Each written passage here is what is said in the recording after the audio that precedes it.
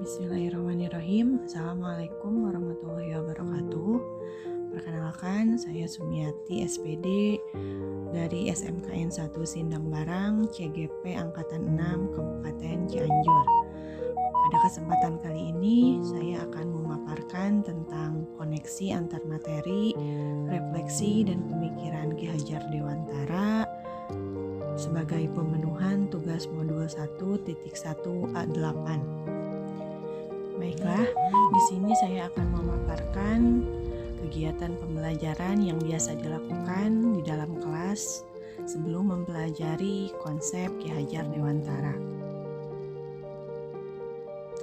Yang pertama yaitu pembelajaran yang biasa dilakukan adalah berupa pembelajaran teacher center yang dalam hal ini hanya berfokus kepada guru saja selaku pendidik di dalam kelas. Kemudian hal yang kedua adalah dalam hal ini siswa diharuskan untuk menguasai semua pembelajaran. Dan yang ketiga, siswa juga dianggap bahwa siswa yang berhasil adalah hanya siswa yang nilainya bagus saja tanpa mengabaikan kemampuan siswa yang memiliki nilai yang rendah. Kemudian yang keempat, siswa harus selalu mengumpulkan tugas tepat waktu.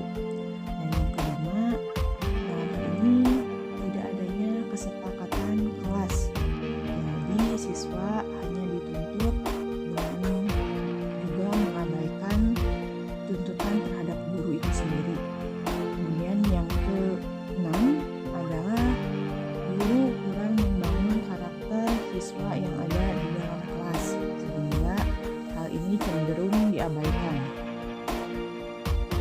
Kemudian ketika saya belajar tentang pemikiran Ki Hajar Dewantara, khususnya pada modul 1.1 ini, ada beberapa pemikiran Ki Hajar Dewantara yang memang harus diterapkan di dalam kegiatan belajar dan pelajaran. Yang pertama yaitu mengenai bahwa pendidikan itu menuntun. Yang kedua, pendidikan juga memerdekakan. Dan yang ketiga, pentingnya tentang pendidikan karakter.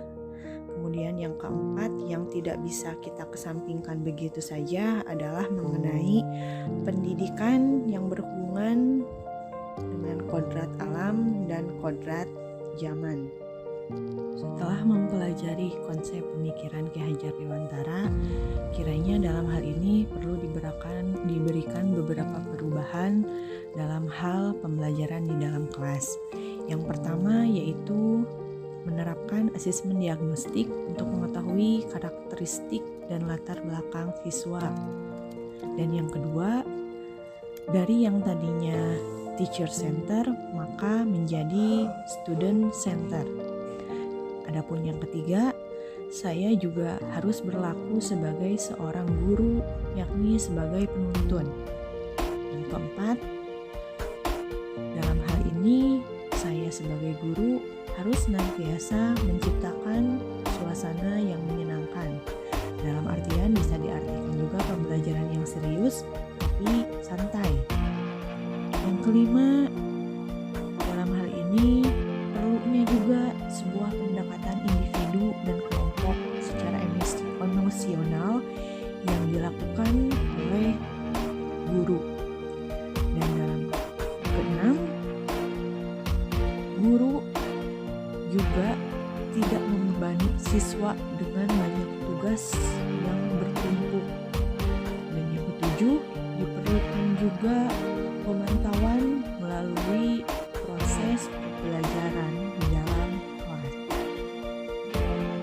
Untuk itu, ada beberapa hal yang dapat saya simpulkan berkenaan dengan penerapan untuk mewujudkan pemikiran Ki Hajar Dewantara, antara lain yakni yang pertama, tentulah dalam hal ini seorang guru perlu menjadi seorang teladan yang baik. Kemudian yang kedua, guru juga dituntut untuk merancang pembelajaran yang berpusat pada siswa, student center, tidak lagi menjadi teacher center. Kemudian yang ketiga, guru harus selalu melaksanakan pembiasaan karakter yang baik secara berkelanjutan. Dan yang keempat, guru juga harus senantiasa melakukan pendekatan emosional kepada siswa baik secara individu maupun secara kelompok. Kelima, melaksanakan asesmen diagnostik untuk mengenali karakter dan latar belakang siswa. Kemudian yang terakhir yakni memfasilitasi siswa untuk mengembangkan potensi, bakat, dan minat secara optimal. Demikian yang dapat saya paparkan, mudah-mudahan dapat diterima. Wabillahi taufiq wal hidayah. Wassalamualaikum warahmatullahi wabarakatuh.